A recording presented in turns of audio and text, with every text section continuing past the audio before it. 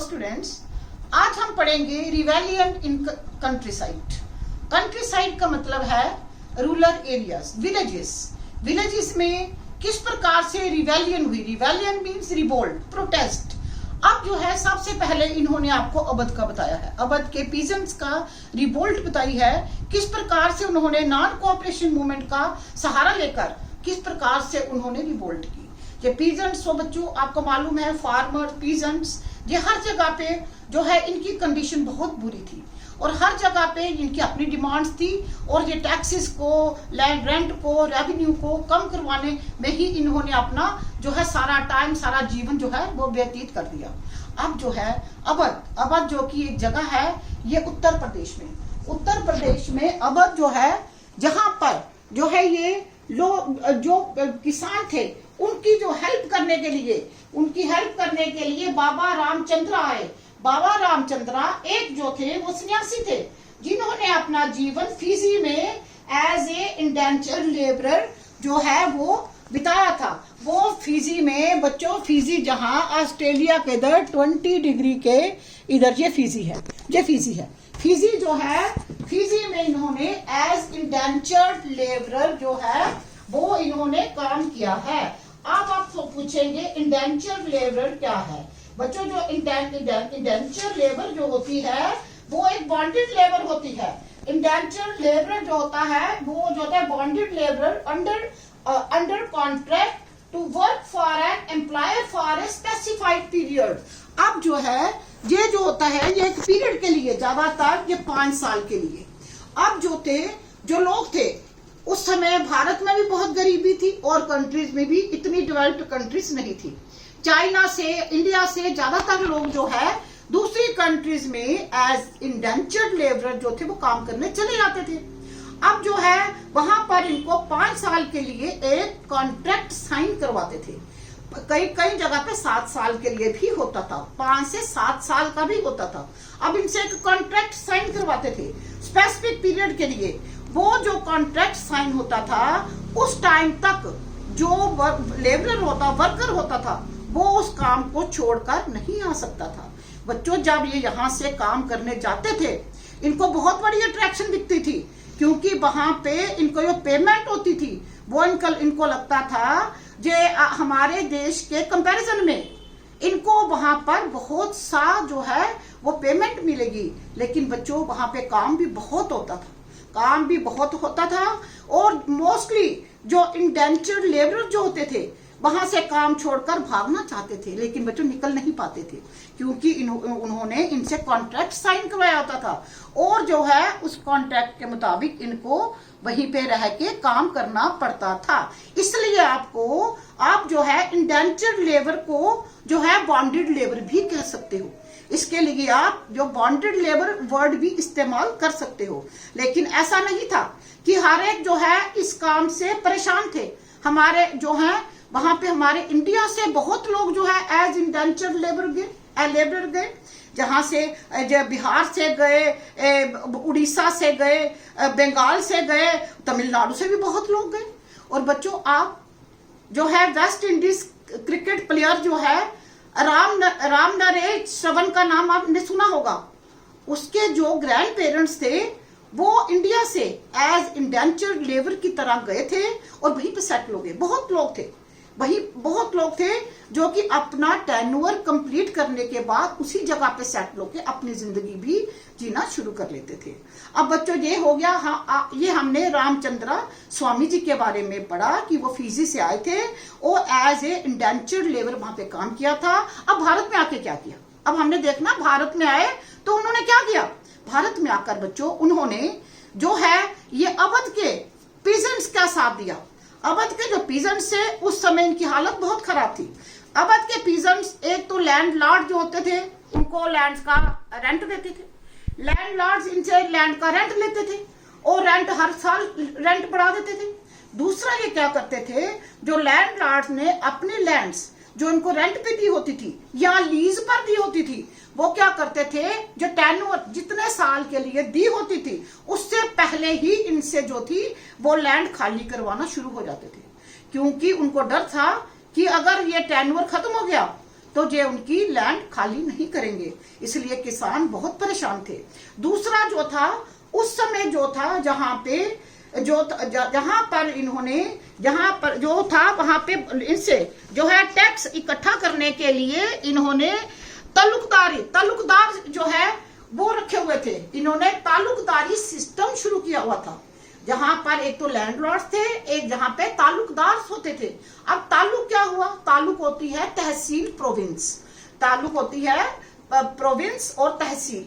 वहां पे उन्होंने वो तहसील, डिस्ट्रिक्ट, जो ताल्लुक होती है तहसील, डिस्ट्रिक्ट, प्रोविंस नहीं होती, डिस्ट्रिक्ट होती है। अब जो है इन्होंने क्या, ताल्लुकदार यहाँ पे रखे हुए थे, जो क्या करते थे, पूरी डिस्ट्रिक्ट का जो टैक्स थे वो इकट्ठे करते थे ताल्लुकदार जब ये टैक्स इकट्ठा करते थे वो भी इन किसानों को बहुत परेशान करते थे। जो ताल्लुकदारी सिस्टम था, जो लॉर्ड कॉर्नवालिस ने शुरू किया था। ये जो है लॉर्ड कॉर्नवालिस ने ताल्लुकदार इंट्रोड्यूस किए थे, और गांव से रेंट लेने का, ये डिस्ट्रिक्ट से रेंट लेने का सिस्टम ये उसने आरंभ किया था। अब जो जहां के किसान ताल्लुकदार से और लैंडलॉर्ड से बहुत परेशान थे, उसके ऊपर इनकी जो एक और परेशानी बढ़ गई, इन्होंने क्या किया, बेगार आरंभ कर दी। बेगार होती है बच्चों जो है वर्क विदाउट एनी पेमेंट। बेगार means work without any payment. अब जो लैंडलॉर्ड थे, किसानों को उनके घरों से बुलाते और अपनी जमीन पे काम करवाते बिना किसी पेमेंट के। पहले तो लैंडलॉर्ड्स ने आरंभ किया इनको अपने जमीनों पे काम पे बुलाना। आहिस्ता आहिस्ता ब्रिटिश गवर्नमेंट ने भी, जैसे कहीं रोड की कंस्ट्रक्शन है, या कोई रेलवे लाइन बन रही है, वहां भी गांव के लोगों को बुलाकर बेगार जो है, बेगार में उनसे काम लेना शुरू हो गए। बेगार मीन्स विदाउट एनी पेमेंट, जो है वो उनसे जो है वो काम लेते थे। अब ये लोग बेगार से भी बहुत परेशान हो गए, जो लैंडलॉर्ड जो इनसे बेगार से जमीन पे फ्री काम करवाते थे। अब इन लोगों ने क्या किया, पहले गांव के पीजेंट्स ने ये पंचायत के साथ मिलके एक मूवमेंट आरंभ की। उस मूवमेंट का नाम था नाई धोबी बंद। उस मूवमेंट का नाम था नाई धोबी बंद। नाई हो गए बार्बर, धोबी हो गए वॉशरमैन।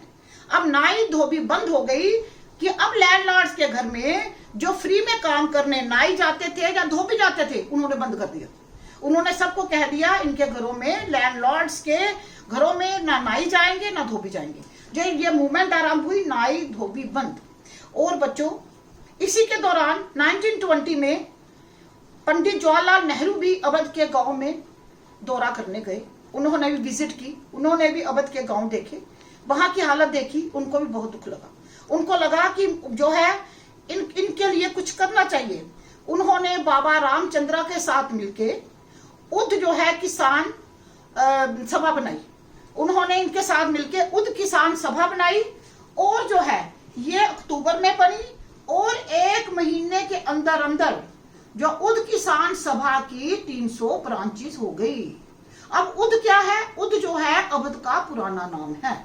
उद अवध का पुराना नाम है। इन्होंने उद किसान सभा बनाई, और जो है ये 1 महीने के अंदर अंदर इसकी 300 ब्रांचेस बन गई। अब बच्चों ये हुआ। अब इनके साथ सन्यासी रामचंद्र हैं, पंडित जवाहरलाल नेहरू हैं। इन्होंने अब कोशिश करी कि इनकी जो है जो पीजेंट्स मूवमेंट, जो उद किसान सभा के पीजेंट्स की जो मूवमेंट्स हैं, ये इनकी जो मूवमेंट है, जो प्रोटेस्ट मूवमेंट है, इसको जो है एक जो है वाइडर जो है वो इसको जो है वाइडर स्पेस के ऊपर जाके इसको पहचान मिले। उन्होंने इसको नॉन कोऑपरेशन मूवमेंट के साथ जोड़ने की कोशिश की। जब ये नॉन कोऑपरेशन मूवमेंट के साथ जुड़ी, तब बच्चों गांव में आकर जो है ये किसानों को, जो ये उद किसान सभा के जो लीडर्स थे, उन्होंने गांधी जी के कही हुई बातों को अलग तरह से इनको बताना आरंभ किया।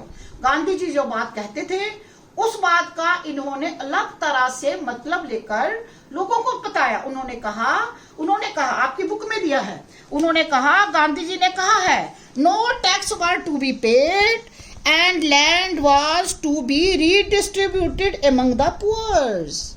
ये आपकी बुक में दिया हुआ है कि उन्होंने कहा, गांधी जी ने कहा, कोई टैक्स नहीं देना है। और जो लैंडलॉर्ड के पास ज़मीनें हैं, जिनके ऊपर जो किसान मुफ्त में काम कर रहे हैं, ये ज़मीनें डिस्ट्रीब्यूट होंगी, उन गरीबों को ये ज़मीनें मिल जाएंगी। जब ऐसी बात हुई बच्चों, ऐसी बात हुई तो जो पीजेंट्स से उठ खड़े हुए, इन्होंने क्या करा इस बात से, जबकि महात्मा गांधी जी का ने कि जो नॉन कोऑपरेशन मूवमेंट में जो टैक्स नहीं देना, जो एक उन्होंने सिस्टम स्टार्ट किया, वो अलग तरह से था। इन्होंने इसको अलग तरह से लिया। इन्होंने क्या करा कि अब सभी पीजेंट्स इकट्ठे हो गए। इन्होंने ताल्लुकदार और लैंडलॉर्ड के घरों के ऊपर अटैक किए। इन्होंने जो है मार्केट्स के ऊपर अटैक किए। इन्होंने अनाज के गोदाम जो थे उन पे कब्जे कर लिए। ये वायलेंट हो गए, जबकि जो ना चाचा नेहरू चाहते थे कि ये वायलेंट हो, ना महात्मा गांधी ने, तो उन्होंने तो कभी अपनी नॉन कोऑपरेशन मूवमेंट में इस चीज को तो लाया ही नहीं था। उनकी तो नॉन कोऑपरेशन मूवमेंट की जो बेस थी वो तो नॉन वायलेंस थी। वायलेंट होना तो वहां था ही नहीं। इस प्रकार से हम देखते हैं अवध में जो मूवमेंट थी, पीजेंट्स की मूवमेंट थी, जो आराम से स्टार्ट हुई थी और पूरी सपोर्ट लेकर लीडर्स की और जो है नॉन कोऑपरेशन का सहारा लेकर जो आगे बढ़ रही थी, एंड में जो है लोग अपने इंटरेस्ट के लिए इसको जो है वो अपने में पेशेंस नहीं रख सके और एंड में जो अवध की मूवमेंट थी वो वायलेंस में खत्म हुई। वो वायलेंस में खत्म हुई। ऐसे आपने पहले पढ़ा जो सिटीज में मूवमेंट थी, सिटीज में नॉन कोऑपरेशन मूवमेंट थी, वो स्लो डाउन हो गई क्योंकि लोग जो थे लोग उस सिस्टम में ढल गए। लोगों को लगा कि स्कूल से बच्चे घर बिठाएंगे, कहीं ना कहीं इनको फिर भेजने का इंतजाम होगा। नौकरियां छोड़ी तो उनको कहीं जॉब मिलेगी, लेकिन ऐसा नहीं हुआ। लोग फिर से पुराने सिस्टम में आ गए। वहां नॉन कोऑपरेशन मूवमेंट एंड में क्या हुआ, वो स्लो डाउन हो गई। इधर नॉन कोऑपरेशन मूवमेंट जो थी वायलेंस में खत्म हुई। Thank you students. कल हम पढ़ेंगे जो है आंध्र प्रदेश के में जो है वहां पर जो वहां के जो ड्वेलर्स हैं उनमें ये मूवमेंट किस हिसाब से चली। Thank you students.